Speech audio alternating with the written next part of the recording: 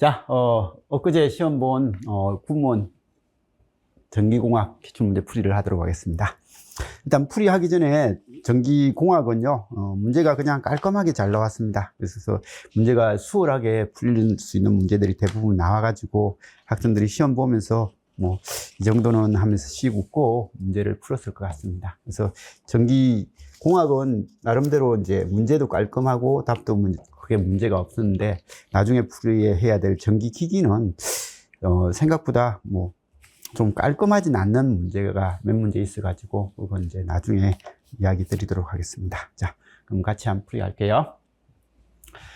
1번입니다. 진공 중에 두 점전화 사이에 작용하는 힘이 F다. 그래서 두 점전화 사이 Q1, Q2 사이에 작용하는 힘 구하는 것은 쿨롱의 법칙이죠, 그죠? 그래서 거리가 R이고 전화량이 Q일 때 F는 뭐야? F0는 비례상수 K에 R0분의 Q1, Q2, R0 제곱분의 Q1, Q2다. 라는 이런 형태가 기본입니다. 이때 두 전하량을 각각 얘를 2Q1, 얘는 3Q2로 하고요. 거리 R은 R-는 2R0. 거리를 2배로 하고 전하량이 각각 2배, 3배로 하면 F-는 어떻게 되는데? 라고 하니까 K에 이건 2R0 제곱이니까 4R0 제곱이고, 그죠? 그리고 2Q1, 3Q2. 그러니까 이거 되니까 얘는 2분의 3에 K에 R0 제곱분의 Q1, Q2 해가지고 이게 2분의 3 F0다. 라고 하는 이런 것들은 수식을 제가 적었지만 사실 수식도 안 적고, 이건 거리의 제곱이니까 이건 2의 제곱 4, 그 다음에 2, 3 해가지고 하면 답은 1.5 F0다. 라는 그런 형태가 나옵니다. 그죠? 2번입니다. 배곡면 내부에 플러스 2, 마이너스 1, 플러스 3의 점전화가 있다. 그래서 배곡면 내에 여기에 플러스 2가 있고 마이너스 1이 있고 플러스 3이라는 전하량이 있다. 이때 배곡면 내부에 있는 총 전하량은, 그러니까 가우스 법칙을 설명하려고 하는데 이건 배곡면 내부의 총 전하량이 아니라 배곡면을 뚫고 나가는 총 전속수는 몇 개냐라고 그렇게 이야기를 했으면 조금 더 괜찮은 문제 같은데, 그죠? 어쨌든 내부에 있는 총 전하량은 그냥 더하면 되는 거예요. 더하면 플러스 4다, 그죠? 100번 감은 코일을 지나는 자속이 0.02웨브에서 0.01웨브로 0.1초 동안 균일하게 감소했다. 이때 유기전력 하니까 E는 마이너스 N의 T분의 D파이 마이너스 100번이고요. 0.1초 동안에 0.02에서 0.01 마이너스 0.01이 됐죠, 그죠? 감소했다. 그러면 얘는 0.1 곱하기 100 하니까 10V다. 뭐 문제는 그냥 쉬운 문제로서 이렇게 구성이 되어 있습니다. 그죠? 4번입니다. 전력계통에서 부하가 발전량보다 순간적으로 부하가 더 커집니다. 그래서 더 커지면 이게 부하가 커지니까 어떻게 되겠어요? 큰 전류를 요구하는데 전류가 안 나오는 이런 형태가 되죠. 그죠? 그래서 원하는 걸 못 만들어줍니다. 못 만들어주면 부하가 커지면 계통의 주파수가 저하된다. 라고 해가지고, 뭐 이런 이 부하 출력에 대해서요. 출력에 대해서 계통에 관련된 이런 거 있죠. 그죠? 하우스 모양의 이런 게 있는데, 출력이 이런 부하를 사용을 하다가 부하가 커지면 이게 출력이거든요. 출력이 커지면 주파수가 이게 주파수입니다. 주파수가 높은 주파수가 되다가 낮은 주파수로 이렇게 감소한다. 라는 그 이야기를 하고 있는 겁니다. 그죠? 그래서 계통의 주파수가 저하된다. 라는 이런 것들은 일반적으로 기기에서 나오는 내용입니다. 기기에서 이런 것들은 나오고 전력공학에서 이런 것들이 나오죠. 그죠?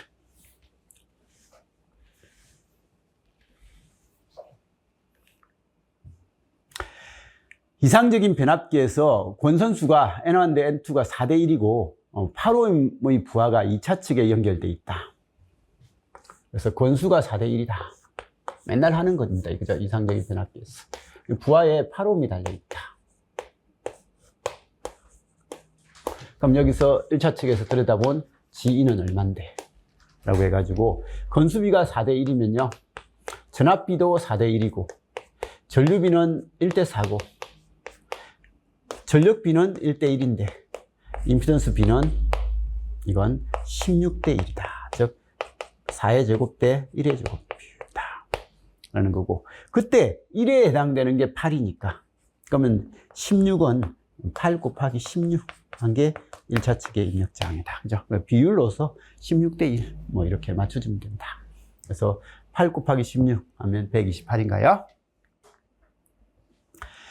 노턴 정리에 따라서 노턴 등가회로를 구성할 때 등가 전류원의 크기를 구하는 방법. 이건 태분한 등가. 하나의 전압원과 직렬 저항으로, 어떤 미지 회로를 하나의 전압원과 직렬 저항으로 등가화하면 태분한 등가고, 하나의 전류원과 병렬 저항으로 그렇게 등가한 것을 노턴 등가라고 한다. 그때 이 IN, RN, VTH, RTH인데 이때 RTH하고 RN은 같다. 그죠? 그래서 등가회로에서 같고, 그 다음에 IN은 여기를 단락하면 흐르는 전류 하니까 이거 IS는, SC는 RTH분의 VTH. 이게 IN이 되죠. 그죠? 왜요? 여기를 단락해서 흐르는 전류도 이렇게 흐르니까 ISC가 IN이거든요. 그럼 이게 등가가 되려면 여기 단락됐을 때 한 거 이렇게 하고요. 그 다음에 여기를 개방했을 때 이 전압 VOC는요, 이건 전류가 이렇게만 흐를 거니까 IN, RN인데, 여기도 여기를 개방했을 때 이 전압 VOC는 그냥 VTH거든요. 그러면 이게 VTH가 돼야 된다. 그런 내용이죠. 그죠? 그래서 회로 내에 전압원을 단락했을 때 이 전류가 아니라 뭐 부하를 단락했을 때 여기 흐르는 전류, 즉 ISC가 IN과 같다라는 그런 내용이죠. 그죠? 그래서 이런 내용이다라는 그런 말이죠. 그래서 부하단을 단락했을 때 그때 단락 전류를 IN이다라고 그렇게 이야기를 하더라. 특별하게 문제는 없죠. 그죠?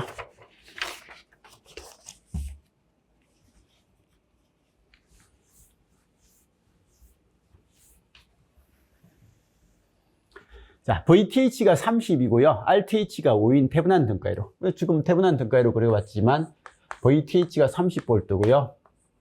RTH가 5옴인 이런 등가회로에 부하장 알렐인 10옴짜리 부하를 연결했다.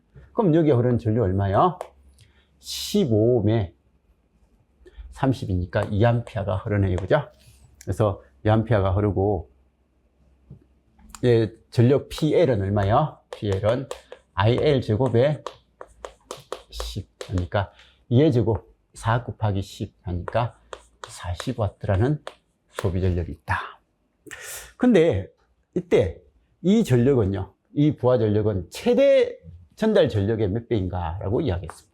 그러면 최대 전달 전력은요, 최대 전달 조건은 30에 5니까 여기가 5가 달았을 때, 그죠? 5를 달았을 때 최대 전력 전달이 되고, 그럼 여기 흐르는 전류는요, 이건 15에 30이니까 3A예요. 그럼 PL max죠.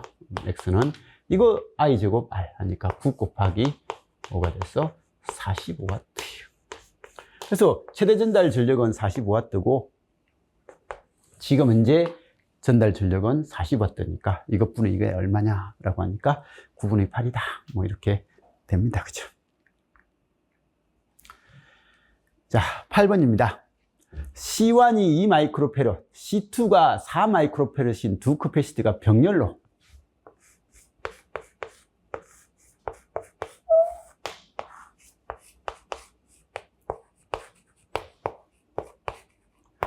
연결되어 있다. 12V 전원에 연결되어 있다.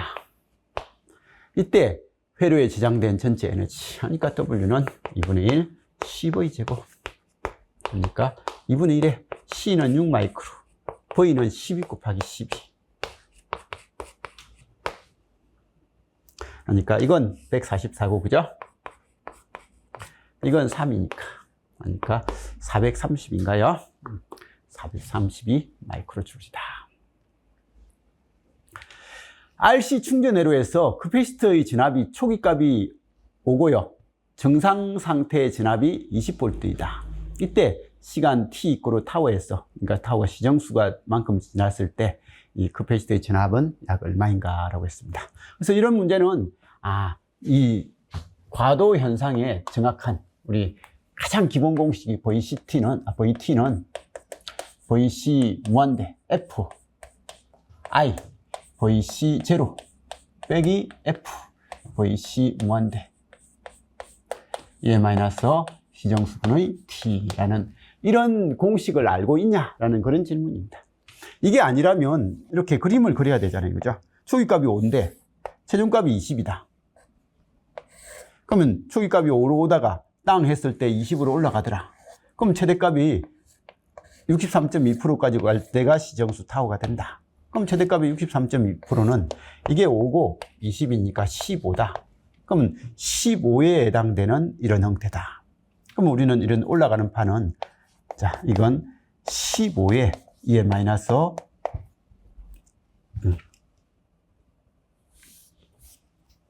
1 마이너스 2의 마이너스 시정수분의 t 이렇게 적는 이런 수식을 찾아내야 되는데 이렇게 아는 사람은 생각보다 좀 드물어요.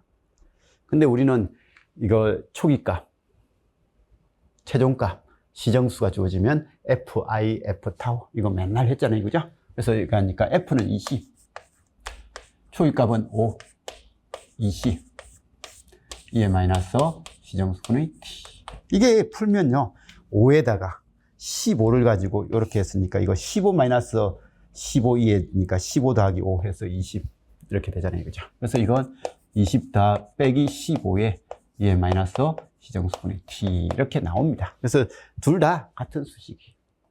그러면 이때 t가 타워가 될 때, 타워 될 때니까 VC 타워일 때는 20 빼기 15에 2의 마이너스 1이다. 그리고 2의 마이너스 1을 친절하게 0.368이라고 이렇게 줬네요. 그죠? 줬으니까 이건 정확하게 계산할 필요가 없어요. 10이 되면 3.68이에요. 5가 되면 3.68의 반인 1.34예요. 그죠? 그래서 1.34 정도가 되니까 이게 15가 되면 이건 3.68하고 1.8 84네요. 1.84니까 이거 두 개 더하면요. 더하면 한 5.4 5이네요. 그죠? 5.52 정도가 된다라는 건데 이런 걸 계산할 필요는 없어요. 그냥 대충 3. 얼마에 10이면 0.368에 10이면 3.6이고 5면 거기 반이니까 한 5 정도 되는 값이다. 5보다 약간 크겠다. 그럼 20에서 5보다 약간 크니까 14보다 약간 작게 나오겠네. 뭐 이렇게 풀어야지 이거 정확하게 개입해가지고 5.52가 되고 그러면 20에서 5.52 빼면 14.48이다. 뭐 이런 값을 낼 필요는 없다는 거죠. 시험장에서는. 그래서 이런 것들 정도는 봐두시고. 어쨌든 이 시정수법으로서 가장 기본적인 이런 형태의 문제가 나왔습니다. 그래서 나왔으니까 알아서 봐주시면 좋을 것 같고요.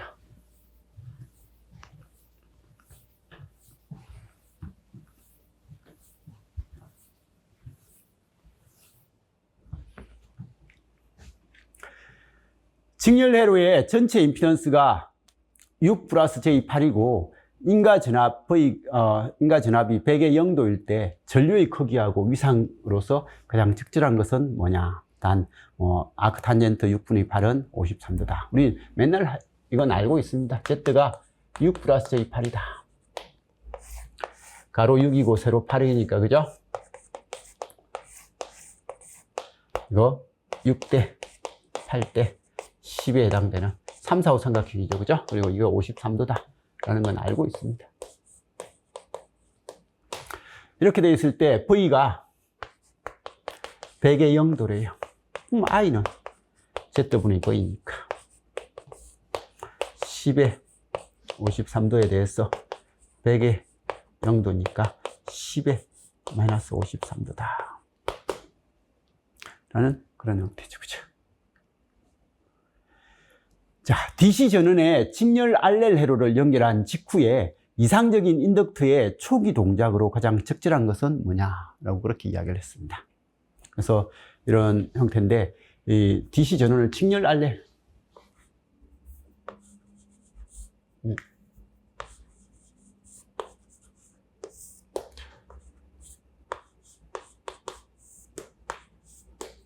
그냥 이렇게 합시다. 이렇게 있다가 t 이꼬르 0에 스위치를 이렇게 옮긴다라고 그렇게 봐두시면 되죠. 그죠?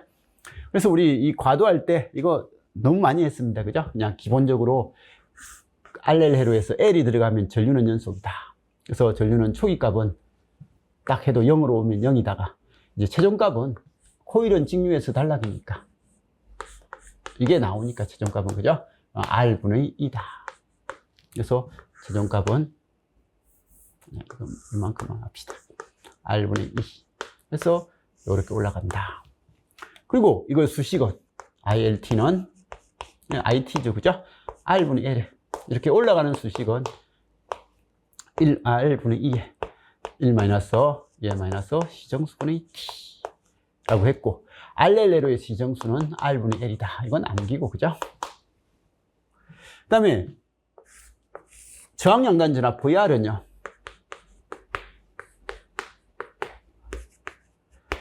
VR은 무조건 I 곱하기 R 하면 VR입니다. 그러면 이 R하고 이 R이 사라질 거니까 이건 2에 1-2에 마이너스 시정수분의 T 하고 남는다고 했으니까 이게 2가 됩니다. 그죠? 이 모양하고 똑같은 모양이 나온다고 했죠. 그죠? 그 다음에 이제 VL은 이건 공급 전압 E는 VR 더하기 VL이다. 근데 VR이 이렇게 계산됐으니까 VL은 E 빼기 VR이니까 얘는 E가 이건데 여기서 이걸 빼면 0, E 빼기 0 하니까 E가 되고, 이건 이제 이렇게 올라가면 이렇게 떨어진다. 그죠? 그래서 우리는 이렇게 떨어지는 게 E에 마이너스 시정수분의 T 라고 이렇게 했던 이런 관계는 과도 설명하면서 수없이 했던 겁니다. 그죠? 이런 것들은 모르면 안 됩니다. 그래서 이런 것들은 잘 하시면, 그러면 이제 문제를 보면 이상적인 인덕트의 초기 동작으로서 가장 적절한 것은 하는데, 인덕트는 순간적으로 이게 전류가 0이었거든요. 0이었을 때 파워를 탁 켜면 여전히 전류가 0이에요. 전류가 0이란 말은 회로가 안 흐르니까 끊어진 회로처럼 동작한다. 그래서 인덕트는 순간적으로 개방 회로처럼 동작한다 라고 이렇게 돼야 되겠죠. 그죠? 그래서 순간적으로 단락이 아니라 개방 회로고요. 인덕터 전류는 순간적으로 최종값이 되는 게 아니라 인덕터 전류는 0을 유지하죠. 그죠? 0을 유지한다. 인덕터는 초기 순간 전류 변화를 막아서 개방 회로처럼 동작한다. 그래서 코일은 초기에 전류가 안 흘렀으니까 스위치를 탁 올려도 전류가 안 흘러야 되니까 개방 회로처럼 동작한다. 인덕터 전압은, 코일 전압은 순간적으로 탁 뛴다. 그래서 코일은 전압은 불연속인데 전류는 연속이다 라는 거, 이런 것들은 꽤 중요한 단어라고 했고, 그죠?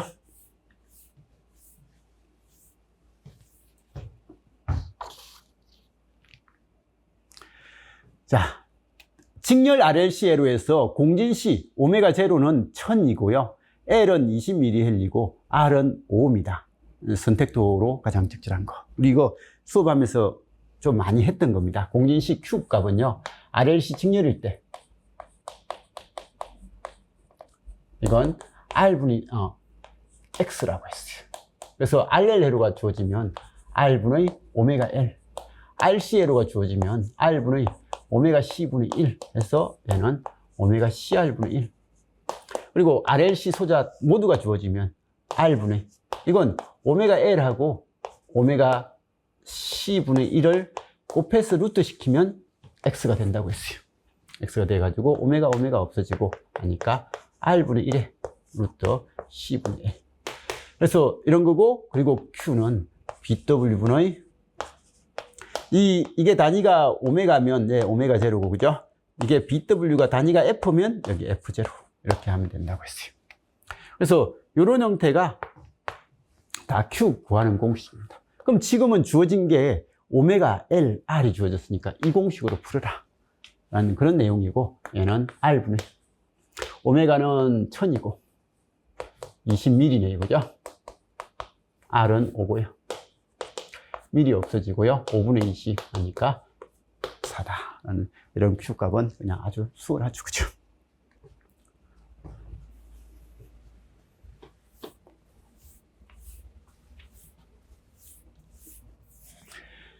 다음 회로에서 V1하고 V2가 같을 때, 여기하고 여기가 같단 말은 브릿지가 평행이 됐고, 평행이 됐으면 이쪽 전류가 없고, 그 평행 조건은 이것 곱하기 이거하고 이것 곱하기 이건 같다라고 하든지, 아니면 이것분의 이거하고 이것분의 이게 같다, 아니면 이것분의 이거하고 이것분의 이게 같다. 뭐 그건 어느 걸 하든 상관없다고 했습니다. 지금은 이것 두 개의 곱은 이것 두 개의 곱과 같다, 또는 R2분의 R1은 알파분의 R3하고 같다라는 1번이죠. 그죠? 그래서 R2분의 R은 이것분의 이거는 이것분의 이거하고 같다 라는 그런 내용입니다. 1번이고요. R이 10kΩ이고요. L이 1mm, C가 10마이크로페럿인 RLC 직렬 회로에 100V의 교류 전압을 인가를 하면서 주파수를 변화시켰을 때 회로에 흐르는 최대 전류는 하니까 뭐 이건 R, L, C 직렬 회로에 교류를 가했을 때 전체 임피던스는 R 플러스 J의 XL 빼기 XC인데, 이때 전압은 얼마요? 100을 가하면서 F를 가변을 시킨 거예요. 가변을 시키면 전류의 최대 전류를 물어볼 때는 무조건 이게 XL하고 XC가 같아져 가지고 0이 되어버리는 공진 조건이고, 그러면 R만의 회로가 되고, 그죠? 그러면 전류 I는 R분의 V가 되더라. 그러면 R이 10kg니까 10kg분의 100V 하니까 10mA다. 이런 형태는 그냥 알아서 보시면 되고, 그죠? 자, 다음 임피던스에 대한 설명이다. 가장 적절하지 않는 것은 뭐냐라고 그렇게 이야기했습니다. I는 10 플러스 J 10이고요. V가 이렇게 됐을 때 임피던스 Z는요, I하고 V의 비율이죠. 그죠? 10 플러스 J 10, 100 플러스 J 20 이렇게 되어 있습니다.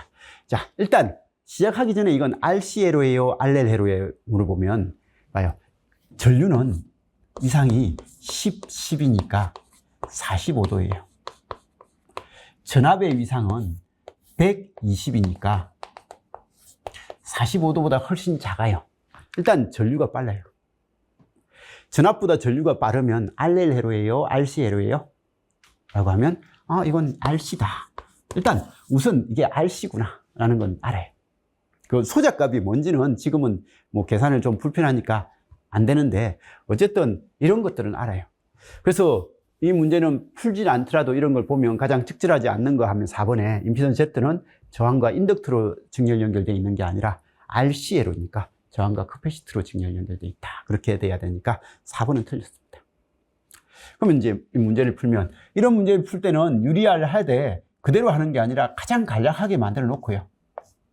하면 얘는 1 플러스 J 1이고요. 여기는 5 플러스 J 2죠. 그러면 이것도 이제 1 마이너스 J 2. 미안합니다. 머릿속으로 약분을 했어요. 그래서 이것도 2를 묶어내가지고 해도 되고요. 그냥 이건 2를 묶어내가지고 얘는 2에 5 플러스 J 1에 1 마이너스 J 1. 이거 분모는 2가 되니까 이거 없어지잖아요. 그죠? 그래서 이렇게 하고, 그래서 가장 간단하게 이렇게 해놓고 계산하는 게 제일 편해요. 시험장에서도. 그럼 이거 하면 5 마이너스 J 5 이렇게 하니까 J 1, 이건 플러스 1 하니까 이건 6 마이너스 J 4다 라는 이런 형태가 되네요. 그죠? 그래서 요 꼴이다. 그래서 임피던스 Z에 포함된 저항은 6이다. 맞는 것 같고, 그죠? 임피던스 Z에서 소비되는 유효 전력은, 자, 여기에 6 마이너스 J4예요. 그럼 유효 전력을 구할 때는요, 그냥 I 크기의 제곱. R인 거예요. I 크기는 10루트 2라는 게 눈에 보이잖아요. 그럼 10루트 2의 제곱이니까 200 곱하기 6 하니까 1200W다. 뭐 이렇게 보는 게 제일 편하다고 했죠. 전력 구할 때는. 임피던스 Z는 진상의 역류를 가진다 라고 했는데, 분명히 임피던스는 RC회로예요. RC회로니까 진상이다. 임피던스 Z는 저항과 인덕트가 아니라 커패시티로 연결되어 있다. 그런 내용이죠. 그죠? 그래서 문제가 참 괜찮은 문제인 것 같아요. 이런 문제는 깔끔한 문제이면서도.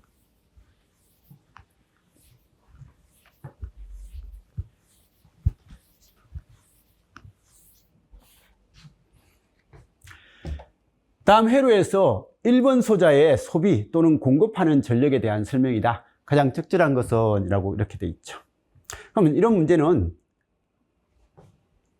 이게 지금 이제 이게 소비인지 공급인지 잘 모릅니다. 모르지만 가장 큰 전압을 기준으로 해서 보는 게 제일 편해요. 큰 전압이 여기가 10이 걸리거든요. 그러면 얘들은 10보다 작은 형태가 될 거니까 여기는 전류가 이렇게 흐르는 리듬이다 라고 하는 거고, 그럼 공급이 10일 때 여기 전압하고 여기 전압, 이게 우리가 뭐 요렇게 KVA를 돌리든 그냥 저는 혼자서 풀 때는 이렇게 풀어요. 일단 2A가 이렇게 되고 10V가 이거니까 그냥 이렇게 전류를 흘리거든요. 이렇게 흐른다고 하면 10원, 이거 뭔지 모릅니다.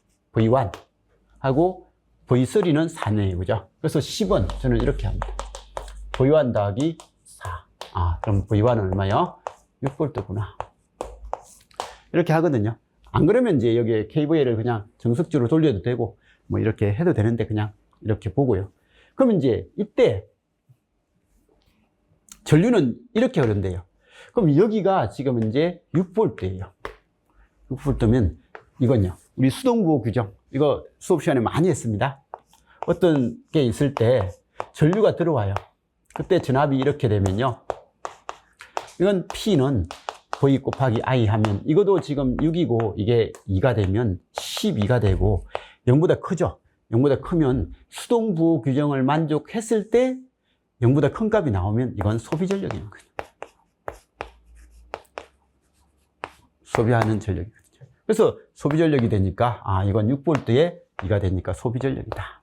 그럼 얘는요, 역시 이렇게 들어가니까 플러스 쪽으로 들어오니까 이것도 소비 전력이고 2 곱하기 4 하니까 8W를 소비하는 거예요. 근데 이제 얘는 플러스에서 흘러나가잖아요, 그죠? 플러스 쪽에서 흘러나가요. 흘러나가면 이건 공급 전력이에요. 공급 전력이니까 얘는 공급하는 게 2 곱하기 10 하니까 20W를 공급을 하고 있고요. 얘는 12W, 얘는 8W를 각각 소비하는 전력이다라는 걸 우리 쉽게 구별할 수 있습니다. 그래서 이건 수동부호 규정이라는 그 개념으로 해서 접근을 하면 아무 내용 아니죠. 그래서 문제가 제가 수업 시간에 이야기했던 그런 것들이 문제화돼 줘가지고 이런 문제는 보면 너무 기분이 좋아요. 그러니까 이런 문제가 수업에서 제가 강조했던 것들이 기본 개념이거든요. 기본 개념들이 이렇게 쭉 나온 것 같아가지고요. 자, A 회로를 B 회로와 같이 등가 변환할 때 전화번의 크기와 등가 저항 크기 RTH로 가장 적절한 것은 뭐예요? 라고 그렇게 이야기를 했습니다.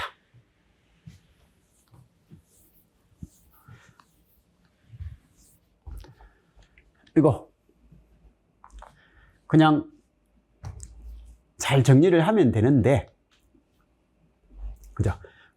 이런 걸 정리할 때 우리는 어떻게 해요? 뭐 대분한 등가 할 때 그냥 대충 정리를 하고 그렇게 할 수도 있는데, 이걸 수업 시간에 전원 변환 뭐 이런 것들을 활용해서 많이 했잖아요, 그죠? 뭐 이렇게 했는데, 이걸 VOC를 구할 때요, VTH를 구하는데 TH를 구할 때 중첩으로 해도 돼요. 요거 없다, 전류는 없을 때는 개방. 그럼 12V가 요렇게면 되니까 여기 6V. 그럼 VOC1은 6. 그 다음에 전압은 없다, 단락시키고. 그러면 여기는 저항이 3ohm이니까 여기 6A가 이렇게 다 흐를 거니까 6ohm에 6A니까 36V. VOC2는 36이다. 그러면 다 합성하면 VOC는 40이다. 그 다음에 들여다본 합성장 RTH는요, 이거 개방시키고 이거 단락시키면 6호입니다. 6인가요? 6호입니다. 라고 해가지고 답은 이렇게 나옵니다. 그죠? 그래서 이렇게 중첩으로 해도 됩니다.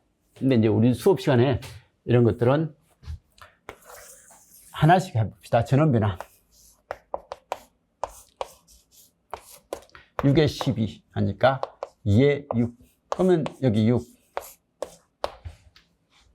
있으니까 뭐요? 3이다.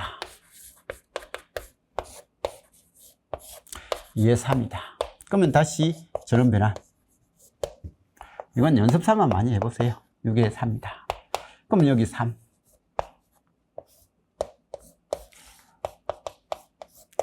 그러면 이렇게 있고, 다시 전원변화. 6에 6이니까 1에 6이다.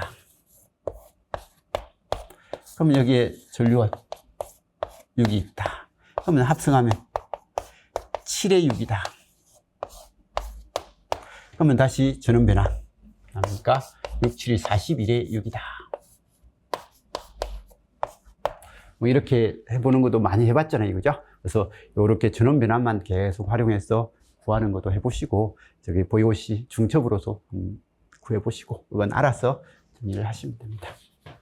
그리고 이건 제가 전원변화를 이불로 하려고 한 거고, 사실 여기까지 내는 것은 그냥 여기까지 태분한 등가 취하면 바로 여기에 되죠. 그래서 이 두 단계는 필요 없고, 바로 태분한 등가에서 이렇게 해서 이렇게 만들면 되는 거죠. 그죠?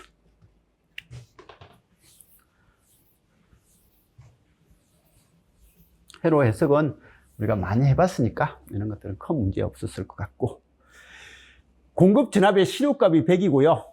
부하에 흐르는 전류의 시료값이 10A인 단상 교류 회로에서 부하가 1kW의 유효 전력을 소비할 때 이 부하에 대한 설명이다. 가장 적절한 것은이라고 그렇게 이야기했습니다.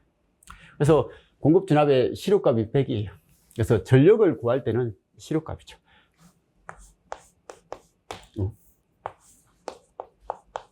100V입니다. 이때 흐르는 전류의 시료값은 10A예요. 그러면 유효전력 P는요? 복소전력 P는? 복소전력은 VI 컨주게이트인데, 그죠? 이제 그냥 피상전력을 합시다.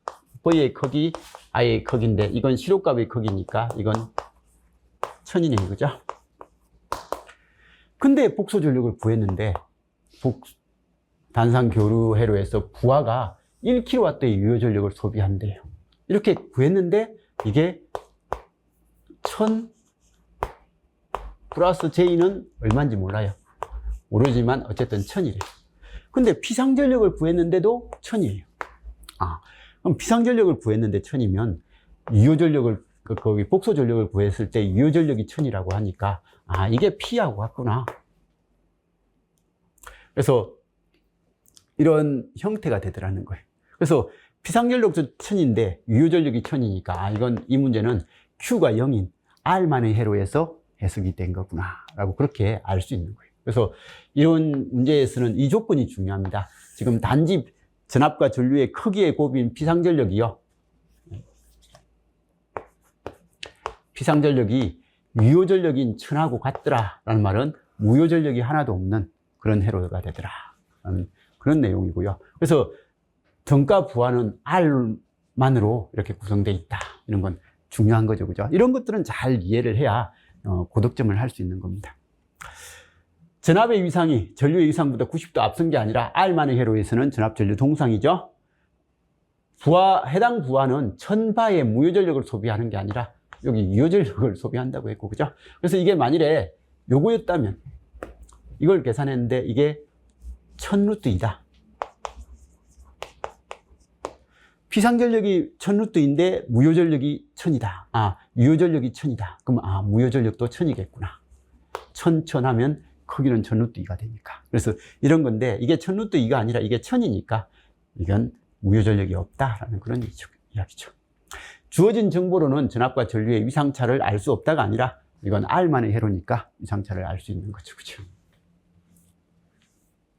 그래서 이 문제가 전압이 이걸 때 전류가 10루트2다 이렇게 나왔으면 피상전력은 1000루트2가 되고, 그럼 유효전력이 1000이면 무효전력도 1000일 거고, 그럼 전압과 전류의 위상차는 45도다. 뭐 이런 식으로도 시험 문제가 만들어질 수 있겠죠. 조금 어렵게 내면요. 근데 여기는 쉽게 내가지고 그냥 R만의 회로를 만든 거예요. 그죠? 다음 그래프가 나타내는 시간 함수에 대한 라플라스 변환식으로서 가장 적절한 것은 뭔데? 라고 했습니다. 아주 편한 문제죠. UT 함수입니다. 이런 UT 함수 5에 UT-3 여기에다가 5에 U에 T-10 빼면 지금 FT 함수다. 자, 그럼 상식. FT를 라플라스 변환한 건 FS다. 그러면 F의 A의 FT. 선형성이죠. FT의 상수를 곱한 것의 라플라스 변화는 A의 FS다. 그냥 상수를 곱해주면 된다. 그 다음에 F의 T-T0를 라플라스 변환을 하면 이건 뭐가 된다고요? 이건 FS에다가, 원래 FS에다가 시간 전이된 걸 EM-ST0 이렇게 표시해주면 된다. 라는 이런 상식을 알고 있냐라는 질문과 그 다음에 UT를 라플라스 변환하면 S분의 1이다. 라는 걸 아는 사람들은 그럼 앞에 있는 5의 U의 T-3을 라플라스 변환하면 이건 이거잖아요.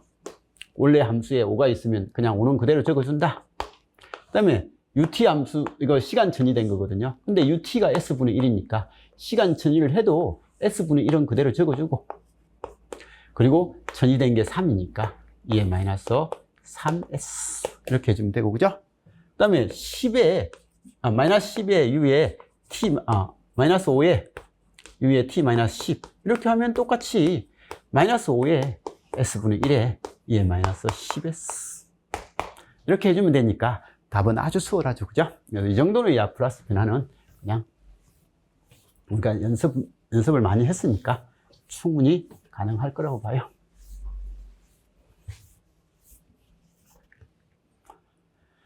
그래서 이건 S분의 5에 2의 마이너스 3S 빼기 2의 마이너스 10S다.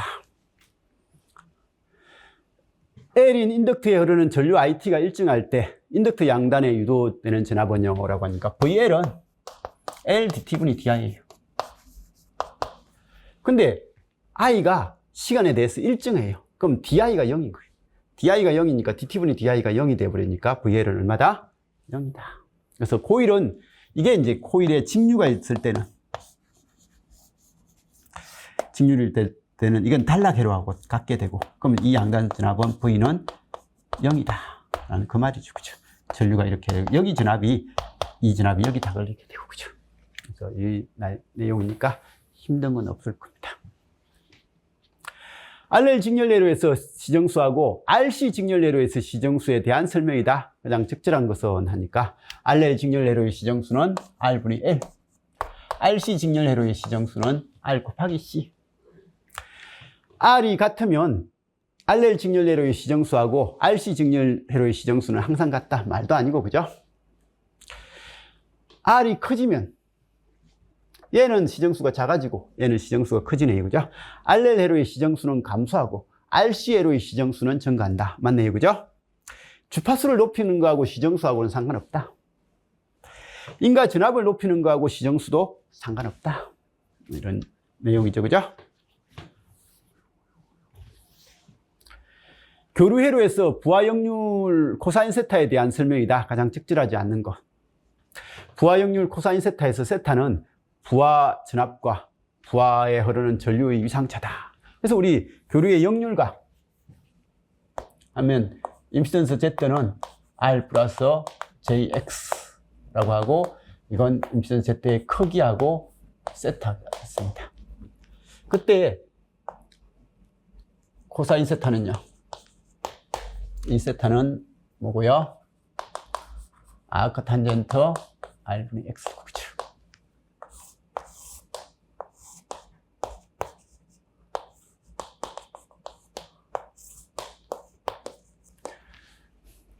이렇게 됩니다. 그래서 임피던스 Z는 Z의 크기하고 위상가격 세타로 이루어져 있는데, 이 임피던스라는 말은 I의 페이지하고 V 페이지의 비율이고, I의 크기하고 I의 위상, V의 크기와 V의 위상이잖아요, 그죠? V 위상의 관계가 되고, 이걸 파이 V라고 할게요. 그러면 얘는 I 크기분의 V 크기에 대해서 위상은요, 이건 파이 V 빼기 파이 I다. 이렇게 표현하는 거예요. 그런데 이게 임피던스니까 I 크기하고 V 크기의 비율은 임피던스가 되고, 전압의 위상과 전류의 위상의 차이값이 뭐가 된다고요? 임피던스의 위상이 된다. 그래서 우리는 부하역률 코사인 세타에서 이 세타는 전압의 위상과 전류의 위상의 위상차를 의미한다. 전압과 전류의 위상차를 의미한다. 이거 꽤 중요한 말이라고 했죠. 그죠? 이론 수업하면서 강조를 엄청 많이 했던 겁니다. 부하 전압의 위상이 부하 전류의 위상보다 앞서는 경우, 전압이 전류보다 앞서면, 우리가 전류가 앞서면 진상전류, 전류가 느리고 전압이 앞서면 지상전류라고 했잖아요. 그죠? 지상이다라고 이야기했죠. 전압의 위상이 부하 전류의 위상보다 앞서는 경우는 진상이 아니라 지상이 되고요. 이 부하 역률은요, 코사인 세타는 이게 R, L 해로일 때는 뭐 0도에서 90도 사이에 관계가 되고, RC 해로일 때는 이렇게 가니까 0도에서 마이너스 90도 사이를 가니까 세타가 가질 수 있는 각은 이 플러스 90에서 마이너스 90 사이 값을 가진다. 이런 것도 이야기됐고요. 그죠? 그리고 부하 역률 코사인 세타는 분명히 이 코사인 세타는 여기서는 Z의 크기분의 R이거든요. R인데 이게 전력으로 가면 이게 P고 얘가 Q고 이게 S 복소 전력의 크기인 비상전력이잖아요. 그죠? 그래서 이건 비상전력의 크기분의 P다. 이렇게도 정의가 가능하다고 했습니다. 그죠? 그래서 이런 것들은 아주 괜찮은 문제입니다. 말로서 이렇게 정의를 한 거고 이론을 아주 잘 수렴해서 이렇게 만든 거라서 좋은 문제였던 것 같습니다. 그래서 문제를 보면서 저는 전기 이론 문제는 진짜 깔끔하게 참 잘 만든다라는 그런 생각이 들었던 문제입니다. 다음 회로의 부하 RL에 소비되는 전력이 최대가 될 때 이 RL 값을 구하라 라고 이야기했어요. 이건 조심해야 될 게, 소스 제거하고 들여다보면 3하고 6하고 병렬이니까 혹시 보기에 2가 있나요? 네. 3번인가요?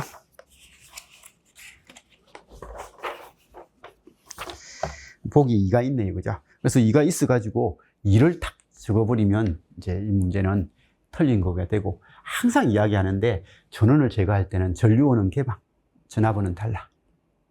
그래서 되니까 이건 그리고 우리가 해로 해석할 때 전류원과 직렬로 연결된 이 저항은 부하에 아무런 영향을 안 준다라고 해가지고 얘는 없는 걸로 이렇게 취급을 한다라고 이야기했던 것도 같이 좀 봐주시고, 그리고 여기서 들여다보면 이건 제거돼 버리니까 그냥 2회로밖에 없어요. 그러면 3옴이니까 여기는 최대 전력 전달 조건을 만족하는 저항은 3이다. 이거 조심해 주셔야 되는 거죠. 그죠? 많이 강조했던 내용 중에 하나입니다. 답은 3이죠. 한 주기 동안 전압 신호 VT의 파형이 다음과 같을 때, VT의 시로값은, 그러니까 이 문제는 한 주기 동안 다음과 같다라고 했는데 주기를 안 적어줬어요. 주기가 3이겠죠. 그죠? 3이었는데 주기를 안 적어줘가지고 좀 불편하지만 어쨌든 얘는요, 시로값, 거의 RMS의 정의를 증하하지 않느냐라고 하는 거예요. T분의 1에 제로부터 T까지 VT의 제곱의 DT를 루트시킨 거죠. 그래서 이런 거고, 그럼 VT는 어떻게 생긴 신호인데? 200이다. T가 0에서 2 사이는. 그리고 100이다. T가 2에서 3 사이는. 그럼 이건 3분의 1에 0에서 2 사이는 200의 제곱 4만, 2에서 3 사이는 100의 제곱 만.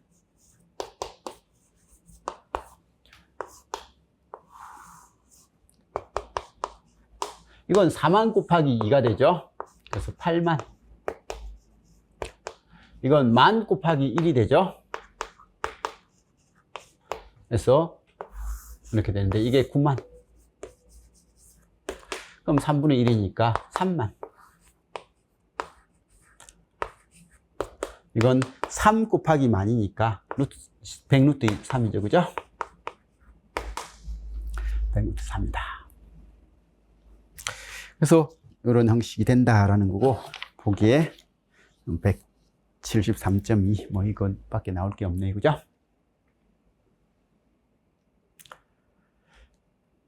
그래서 찍어도요, 얘는 딱 가운데 값을 찍으면 150인데, 150에 대해서 밑에보다 위가 더 많으니까 150보다는 좀 큰 값. 뭐 이렇게 해가지고 3, 4번 중에 하나를 찍어야지 1, 2번 중에 하나를 찍으면 안 됩니다.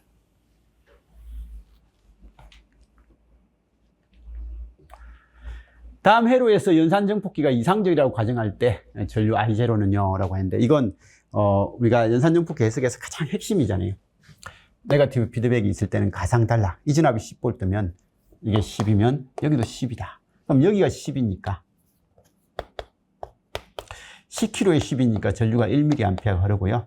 그럼 여기도 1mA가 흐르니까 여기는 5V가 될 거다 라고 해서 출력이 15V다. 이거 10V하고 5V에서 15다. 이걸 빨리 구하는 게 최고죠. 그럼 여기는 5kg에 15니까 흐르는 전류는 3mm다. 이렇게 나오는 거죠. 그래서 지금 이제 문제를 우리가 풀어봤는데, 25문제를 풀면서 이론 설명도 안 한 게 별로 없습니다. 제가 4번을 그림을 가져와야지 라고 생각만 하다가 빼먹어 버렸습니다. 너무 문제가 괜찮아가지고 그냥 설명 필요 없겠다라고 생각을 해버린 것 같아요. 문제를 풀 때는 그림을 넣어서 알려줘야지 하다가 까먹어 버렸어요. 근데 그것 빼고는 봐요, 뭐 특별하게 어려운 내용이 없었습니다. 근데 이 문제가 생각보다 거기 고득점을 받는 친구들은, 공부가 엄청 잘 된 친구들은 거의 안 틀렸을 것 같아요. 근데 공부를 대충 한 친구들은 80점 넘기가, 이게 중간중간에 말로 된 문제들이 좀 의미가 괜찮은 문제들이 많았거든요. 그런 문제들을 좀 의미를 잘 받아줘야만 80점이 좀 넘을 수 있을 것 같고, 그런 것들을 약간 좀 못 받아준다면 이게 어쩌면 80점이 안 나오는 시험도 될 수 있을 것 같더라고요. 그래서 되는데, 공부를 적당한 친구들은 기본적으로 80점 이상은 그죠 나올 수 있는 그런 문제였던 것 같습니다. 아무튼 시험 보시느라고 고생하셨고요. 이제 뭐 푹 쉬시고, 그리고 이제 시험 발표 날 때까지 좀 쉬었다가, 아니면 점수가 어느 정도 나온다 싶으면 미리 거기 면접 준비도 좀 하시고, 그렇게 해서 최종 합격까지 꼭 하시기 바랍니다. 자, 그럼 여기까지 하겠습니다. 이상입니다.